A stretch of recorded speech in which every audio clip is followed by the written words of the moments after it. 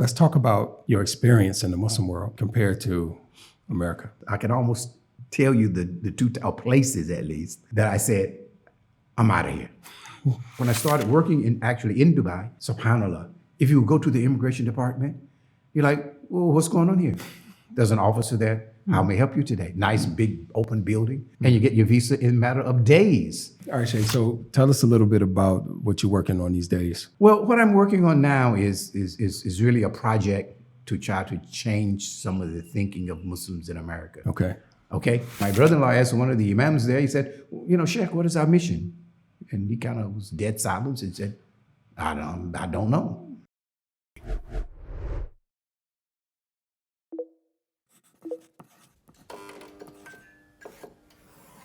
Get your copy of the Hijrah Handbook at book.makehijrah.com. Okay, Sheikh, let's get right into it. Can you give us some of your background? Where were you born and where were you raised? MashaAllah, Jazakallah khair. Thanks for inviting me to be with you, Sheikh Omar.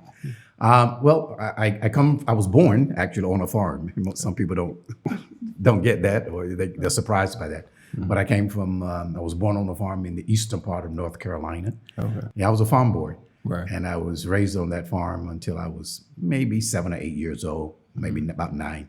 And then we moved off of the farm and into the neighboring city. And that's where I continued my education from that particular point on. And I went to the college or university, in North Carolina. And from that point on, after getting out of college actually formally officially graduated in 1972. Then it was like 4 years later, I became introduced to Islam. Okay. I came through the Nation of Islam like a lot of people did during that particular time. Not everybody, but like a lot of people. So that was in 1974. And then in 1976, the leader of that organization, the Nation of Islam, died, and his son took over, Imam Muhammad. And alhamdulillah, as many of the people did at that time, made their actual shahada to follow the Quran and the Sunnah. So I say my actual conversion was during that time, was in 1976, when he took over the community. So that's over almost 50 years ago. That's almost, I guess it would be. Yeah, almost 50 years ago. Yeah, that's a long time ago. Yeah. So when you moved from the farm to the city, what was the city like at that time? Was that you moved from the farm to the ghetto areas? Your family had some wealth. You moved to a suburban area. Where'd you grow up? Well, it was interesting because this is in North Carolina, in Raleigh, North Carolina to be exact. So we moved to a community. It was a little right outside of the actual center of the city itself, where a lot of Black people lived at that particular time.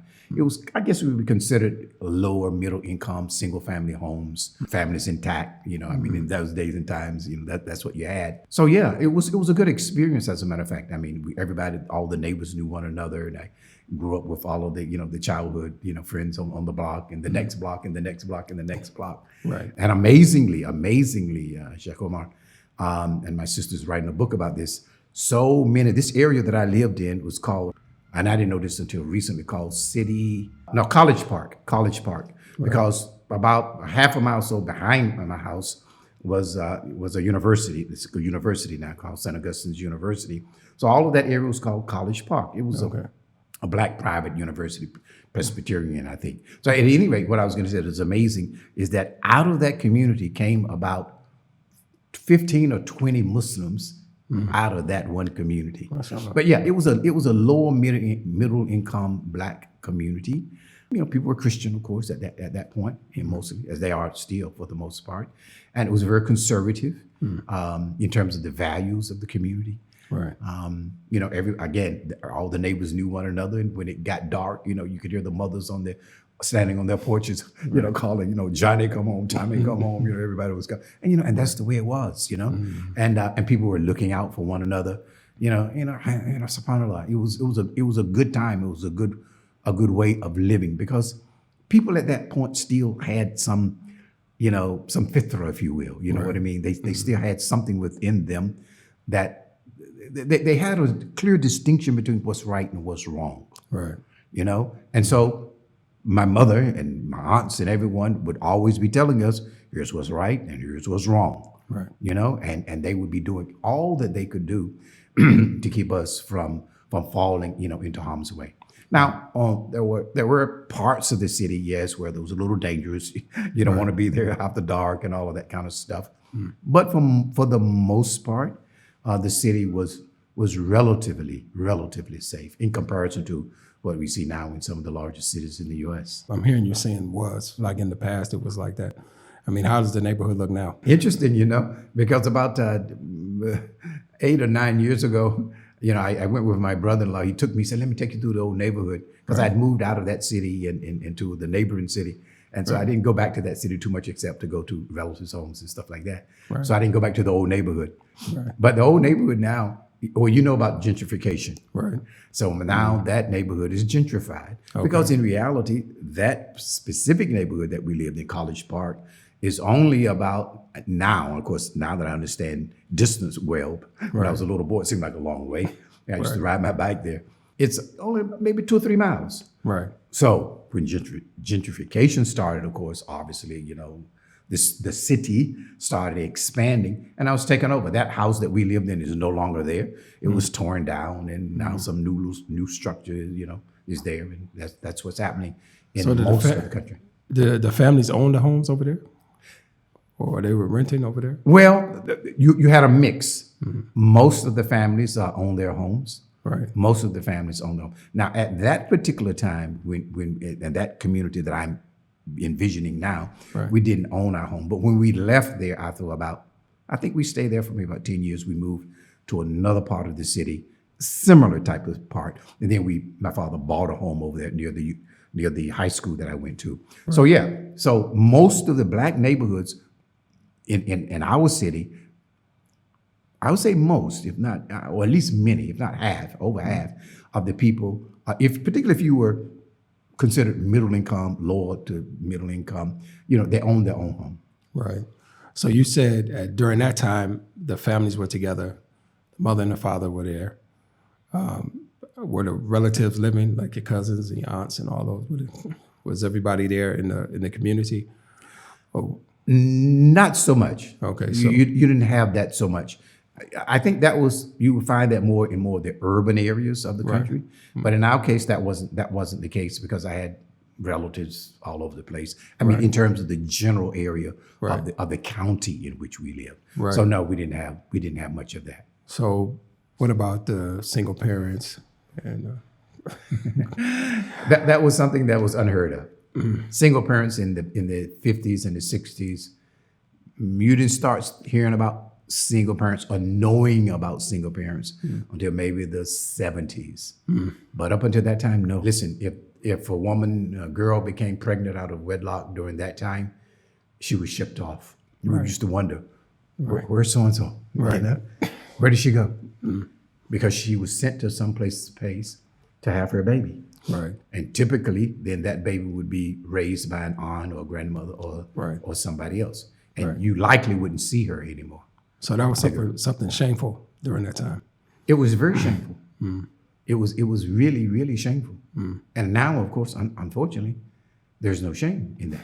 I mean, to the point where high schools then started admitting, girls that were pregnant. Because at that time, if you got pregnant, you could not continue in school at all. You couldn't do that. So, yeah, it was something really, really quite shameful. And even just to get in trouble in general was something that was shameful. And people knew each other and they cared about one another. Right. You understand? Right. Because whenever I got in trouble at the school, fortunately it wasn't that often, but they would say, listen, I'm going to call your mother. I'm going to call your father. And they would call them. Right. And I knew what was going to happen when I got home, because they trusted the school. Right. They trusted the people because they knew the teacher in the school. Right. Guess what, Sheck? Let me tell you something that might amaze you. When we were living on the farm, my second or third grade teacher lived with us, because we were living in the country. Right. You understand? And so it wasn't like, there were apartments that she could go get an apartment, or there was enough money for it. No. So, it was a small school, black only school. At that time, everything was segregated, of course. Right. This was the 50s we're talking about here. So in order for teachers to come to a small rural community and to be able to teach, they would stay in families' homes. Right. And so she stayed, that particular teacher, stayed in our home. I don't know if it was a year or 2 years, but that's what she did. Right. And I remember my oldest sister, Raymond, she did the same thing because she's older than me. Was older than me. So she, once she finished college and got a job teaching, she went to a rural area, in the state, and she stayed with her family. And that's how that worked. Assalamu alaikum wa rahmatullahi wa barakatuh. This is your brother Hamza from the Make Hijrah channel. Now, many of you have requested consulting services from us, so we have created a page just for you. So let's skip ahead a little bit and let's talk about you embracing Islam in 1976. And what was the community like then compared to now, let's say? Like, I know it's a lot more Muslims now in the States. The community was, I'm sure it was smaller during that time. How was your experience embracing Islam and trying to be Muslim in America at that time? Yeah, that was a challenge. In some areas, in some cases, it was a challenge. See, when I got out of college, I started working for some Fortune 500 companies, Philip Morris and General Motors in the financial division of General Motors. So, I mean, that was a pretty big deal for a black boy, Right. in the early 1970s. I mean, hey, I was doing good, supposedly. Right. I mean, and I was, alhamdulillah, and I won't deny that. I mean, because integration was beginning to occur and these companies were opening up but then I accepted Islam. And actually I accepted Islam during the time that I was working for Philip Morris. And I think most people know Philip Morris is a giant, tobacco company. Right. And at that time, and I don't know about now, it's been a long time ago, they owned a beer company and all of that, And so when I accepted Islam, I'm like, oh, wait a minute, I'm around here peddling cigarettes, peddling cancer, and I'd go to these pool parties and be peddling cigarettes and beer and all this kind of stuff. I said, well, I can't keep doing this, Right. So I quit. So I actually quit. I just quit. I didn't have another job. I quit. I mean, it terrified my wife, of course, but I just couldn't do it. I just in good conscience, I couldn't do it. So that was a challenge. Alhamdulillah, I found another job. That wasn't an issue. It wasn't as prestigious, maybe, but Right. alhamdulillah, it paid the bills. Right. From a family's perspective, that was very challenging. My father was really, really upset. He had a hard time. To the point he wanted to disown me. So that was really difficult. That I couldn't get him to, understand. And I had to understand. Of course, I was new in Islam, and when you're new and you're zealous and you don't have a lot of knowledge as well, And during that time, we didn't have a lot of scholars in the community to help guide us, to help us, balance this zeal, with the realities of trying to deal with with families. Right. Non-Muslim families. And so that was a challenge. My oldest sister was kind of like the same way. Alhamdulillah, right before she passed, I gave her shahada. Alhamdulillah. May Allah have mercy upon her. My mother was okay. Her main question is, do you all believe in God? I said, yeah, we should. She said, no, I'm okay. Right. As long as you believe in God, I'm okay. Some other family members, they had their little issues and that kind of thing. When I changed my name, some of them, they didn't want to call me by my changed name. I said, listen, you're a college graduate. Right. Don't tell me you can't say Muhammad. Of course you can. Yeah. So you had that kind of a thing. So but that's what happened. But I was convinced that Islam was the right way to go, and this is where we should, what way we should be following, and this was the best for me as an individual and as well as for the society. And so I wasn't going to be deterred by that, Right. And so alhamdulillah. So there wasn't really a big. Yes, it was some change. It was clearly some change in my life. Actually, all of my so-called friends, I mostly lost all of them. But it was okay. But I gained new friends in the Muslim community, Right. And so that was okay too. And and that's just the way it was. And so alhamdulillah. Now the Muslim community itself was, was very. I became one of the imams in the initial community that I belonged to. I didn't have any real knowledge, but hey, it was just to try to add some leadership experience. And the people say, hey, why don't you be the imam? Okay, fine, why not? And but we got busy. We did the best that we could, to try to guide people and lead people, help the people to learn and that kind of a thing. And eventually, we began to grow, and other the Muslims in the area in general began to grow. A lot of immigrants came in the 80s, of course, and that changed completely the complexion, of Islam, in America. Even in the community you were in, a lot of immigrants came to that. A lot of immigrants, a lot of immigrants are there now. Mainly for what, a college or something like that? Or Yeah, well, they first started coming in initially in the 70s, I think late 70s, for the university. A lot of them were coming from Saudi Arabia and from Kuwait. Okay. That's where they would come in. That's what happened initially. I said they were coming for university studies. Right. And so in the 70s and 80s, that's really what was they were coming. But then they didn't go back. Most of them didn't go back. The Saudis did and the Kuwaitis did. But the other students, the Palestinians and the Jordanians and the Pakistanis and the Indian, everybody else, for the most part, stayed. For the most part, stayed. So then when they stayed, then, they said, well, okay, we need communities ourselves. And because prior to that point, it was just the African Americans. We weren't that large in number, and we didn't have the financial strength that they had. Right. You understand what I mean? So they kind of usurped, if you will. I don't necessarily want to say that in a bad way or a good way, but maybe there's a better word to say it. But at any rate, that's what kind of happened. But although there's still, particularly those communities that had maintained some allegiance with the Wafdi Muhammad community, maintained their identity. Alhamdulillah, I have to give them credit for that. Right.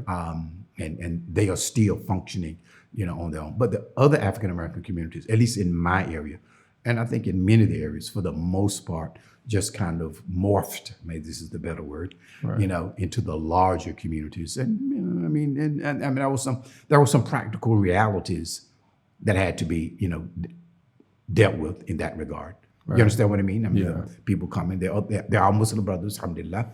Right. They had the money and the means to, build schools and build nice masajid, because mostly we had just little storefronts. So, what to do, So, what prompted you to explore Islamic life outside of the U.S.? Okay, yeah. Well, the thing that prompted us most was having children. So, my wife and I were very concerned about raising children in America. Very concerned, because things were changing rapidly in terms of what was being learned in school, and what was actually happening in terms of the moral decay in the society. We talked about earlier, my growing up,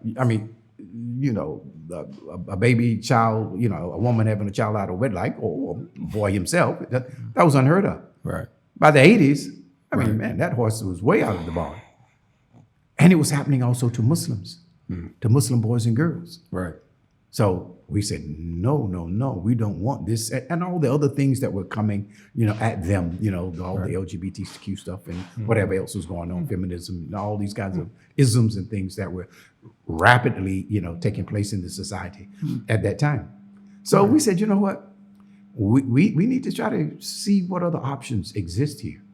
So, we began to explore. We looked at Sudan, and I made several trips to Morocco. Okay.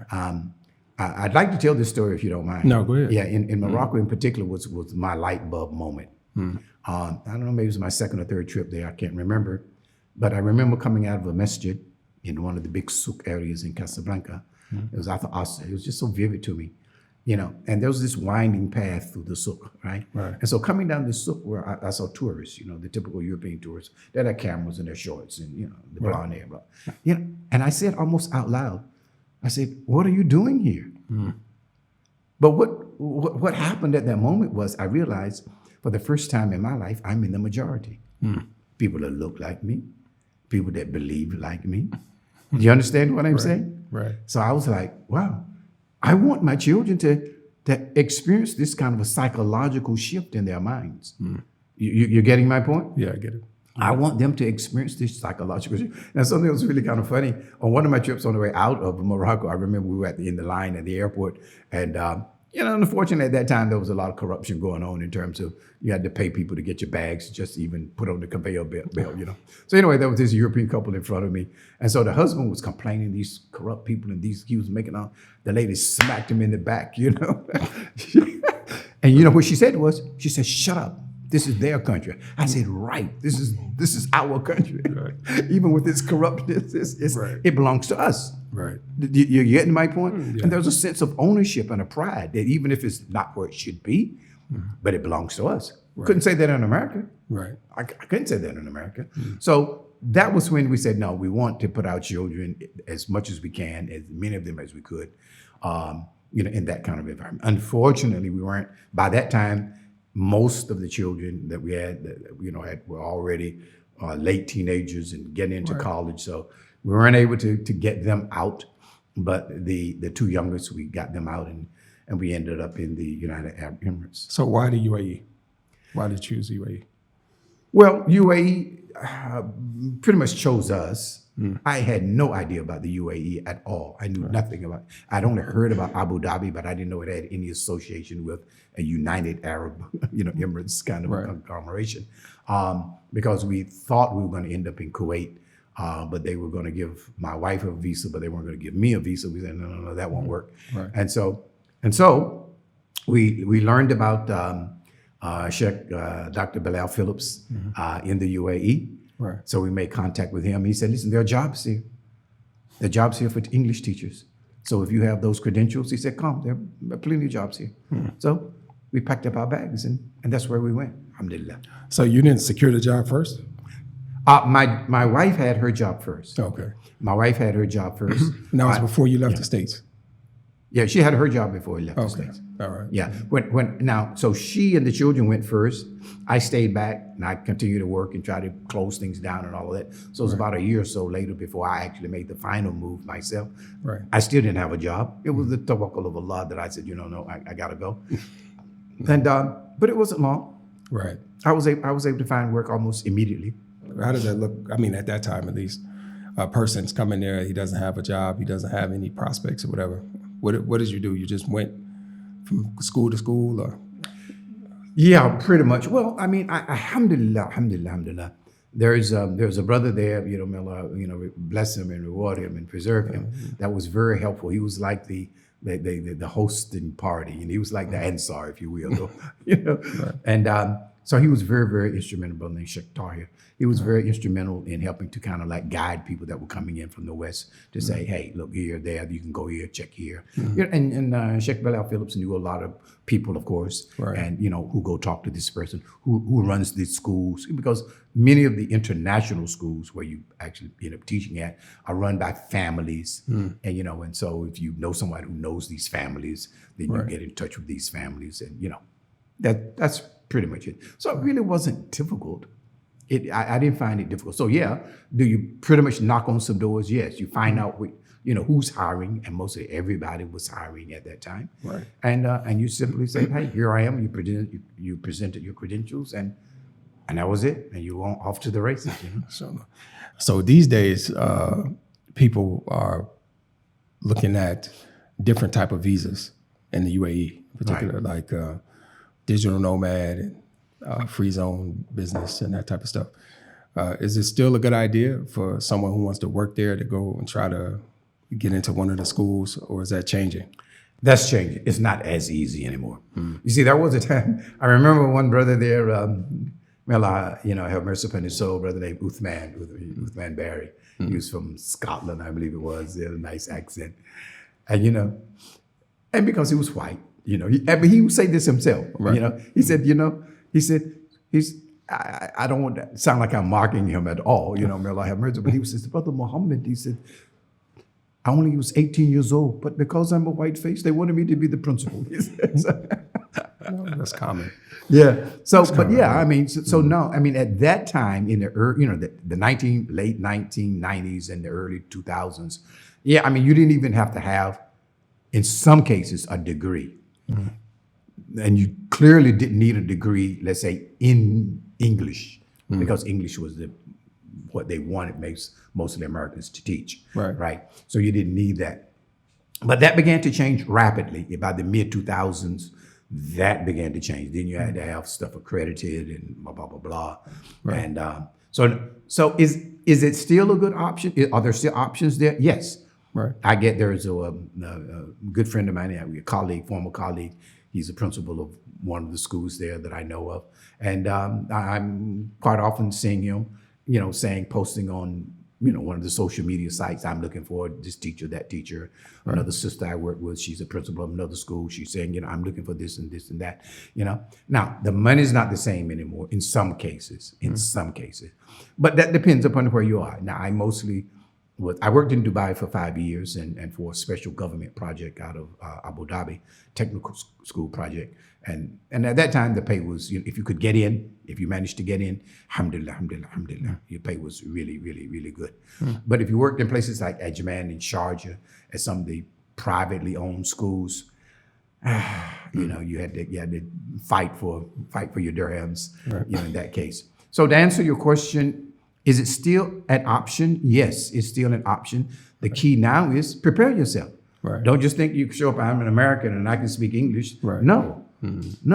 So the more that you can be prepared, academically and credentially, the better off you're going to be, so that you can actually be of real value, when you get there. Right. So did you find any foreigners working in other sectors like IT or?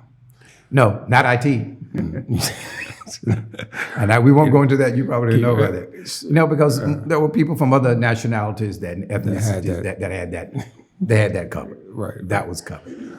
So you could forget about that almost. So, except at the higher levels. Now, if you were at, let's say, for instance, in IT, in networking at the higher levels for American companies. I have a cousin from America that got transferred from Cisco to Dubai. okay. So this is different. Right. Because if you're working for an American company and they say, hey, we open up an office in, Dubai or Abu Dhabi, okay, fine, no problem. Right. But just to go and look for a job like yeah, that. look for a job like that, that might be a little different. In other sectors, not as much, to be honest with you. I think education still remains the biggest sector for employment opportunities for American expats. Did you meet anybody that established any businesses there? I'm sure I did. I'm just trying to think back. One brother had, I think, what did they sell? They sell fishing supplies, if I remember correctly.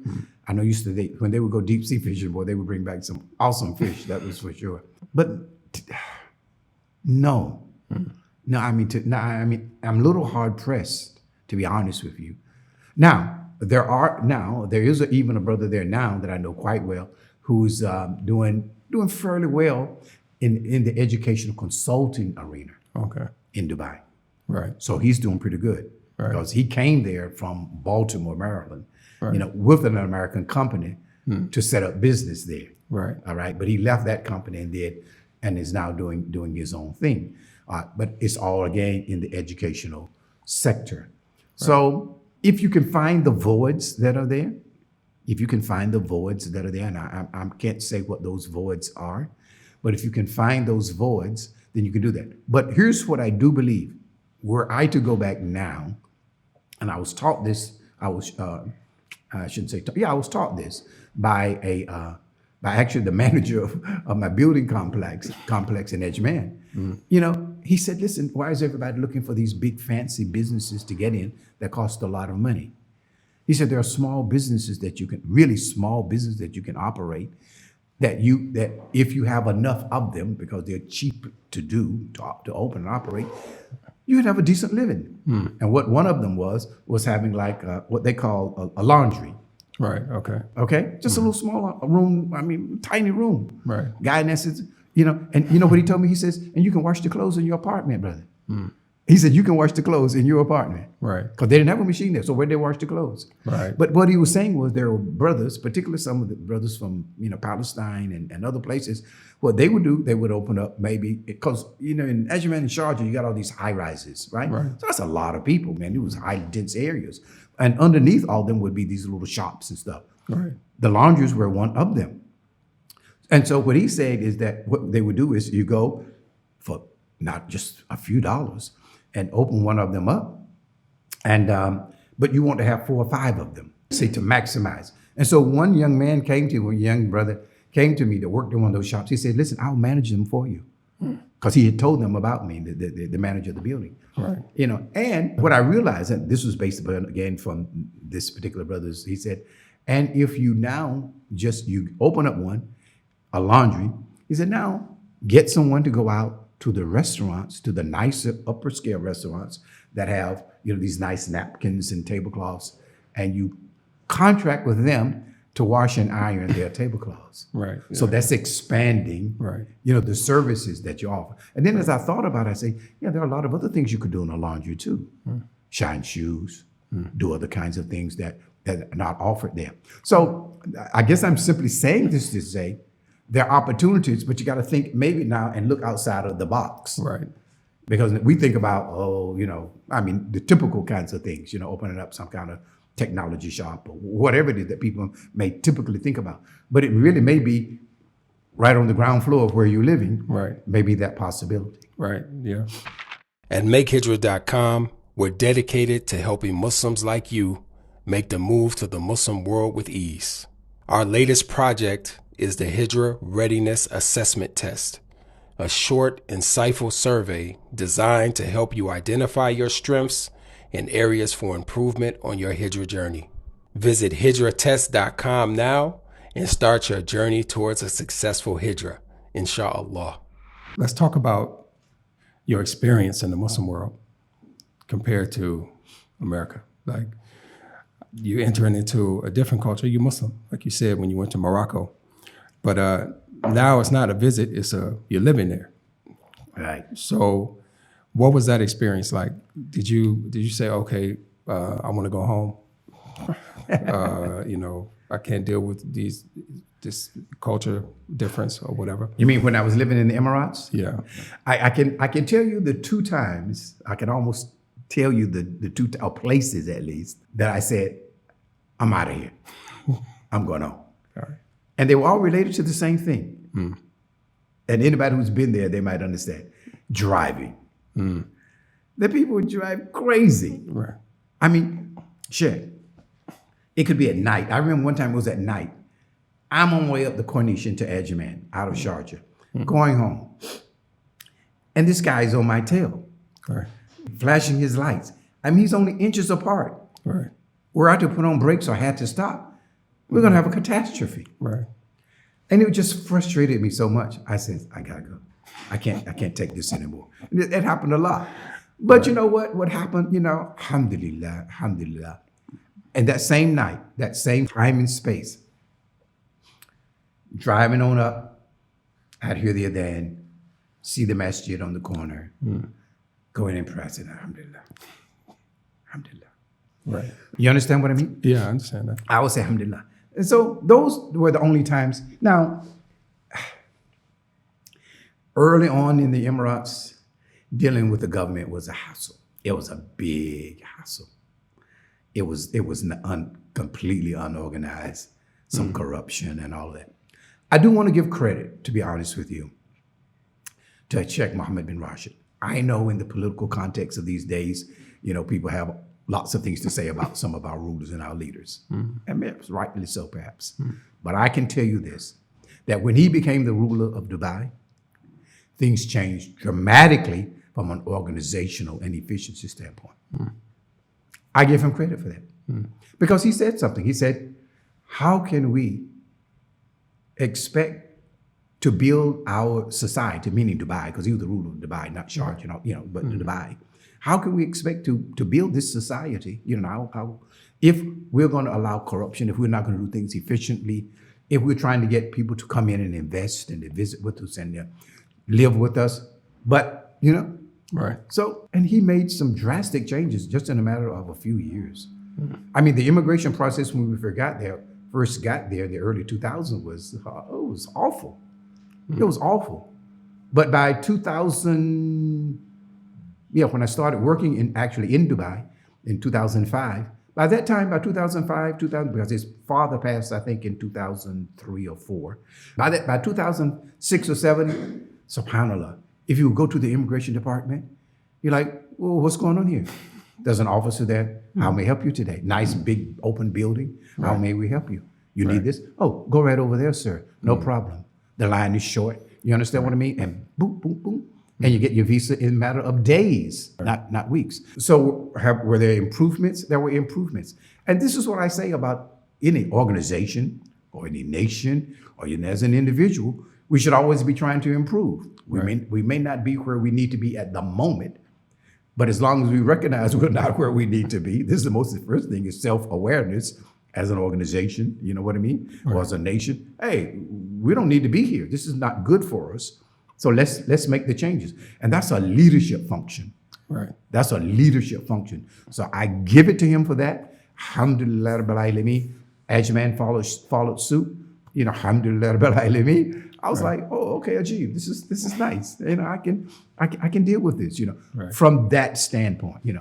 So living in the countries, you know, initially in the 90s and the early 2000s, you know, it got to be difficult. I used to say, as long as you don't have to deal with anything official with the government, you're just fine, you know. But the daily living was really nice, to be honest.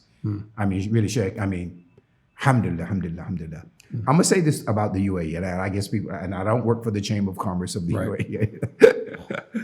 but what I do say, and what I did appreciate very much, is that from the standpoint of the Muslims' obligations for Salah, they make sure, absolutely sure, you had no problem in fulfilling that in the masjid or in a masjid, even if it's in the mall. You understand what I mean? Right. In mostly every place that I lived in, I didn't live in Dubai, but I worked there, but I lived in Sharjah and in Ajman. Almost every place that I lived in, there were at least 5 masajid that I could get to within 5 minutes of walking. All right, Sheikh. So tell us a little bit about what you're working on these days. Well, this is good. Thank you for asking. So, well, what I'm working on now is really a project to try to change some of the thinking of Muslims in America, or the way that we think about being Muslims in America. Okay. Okay. For the last 2 or 3 years before leaving America, I'd gone back to America and then came here to Egypt. You know, I was discussing with some of my friends, and you know, my brother-in-law in particular, and we just said, you know, what are we doing? Talking about Muslims in America, where are we going? Right. You know, what is our mission? You know, and so we would start asking. And we asked even the imams in the community. And I remember one time, my brother-in-law asked one of the imams there, he said, you know, Sheikh, what is our mission? And he kind of was dead silent and said, I don't know. And I dare say that if Muslims in America would ask other Muslims, do we have a collective mission? I think you first you probably get this stare, and then typically what you get from my experience is people start telling you what is our purpose in life.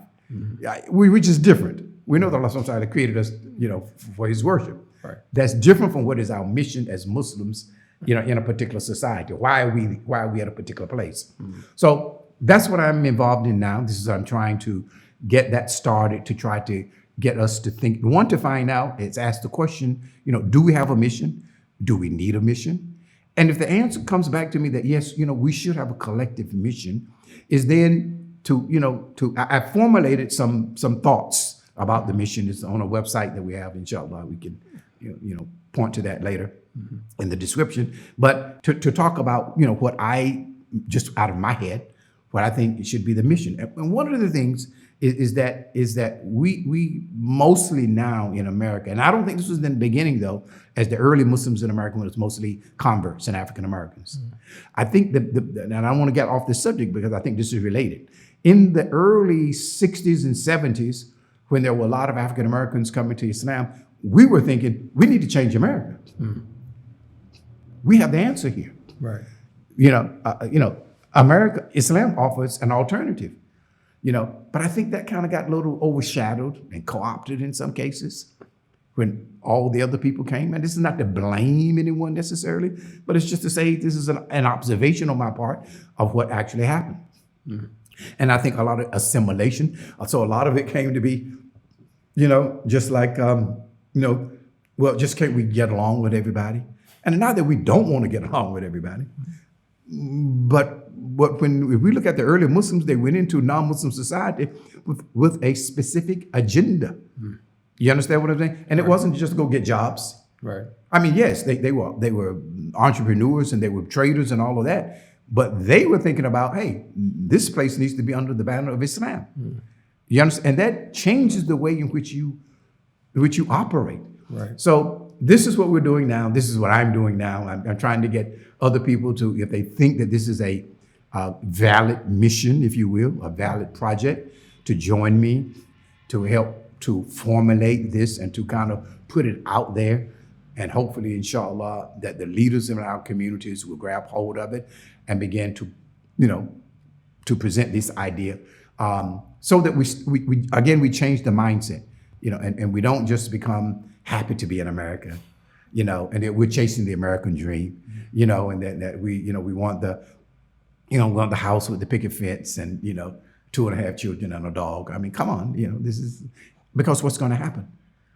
What's going to happen? But because we see now that many of the Muslims are being sucked in, with the whole idea of the American construct, and this is not good, Sheikh. This is not good, because if you listen to some about and who I'm concerned about, I'm concerned about our children. I'm concerned about the younger ones, and the future.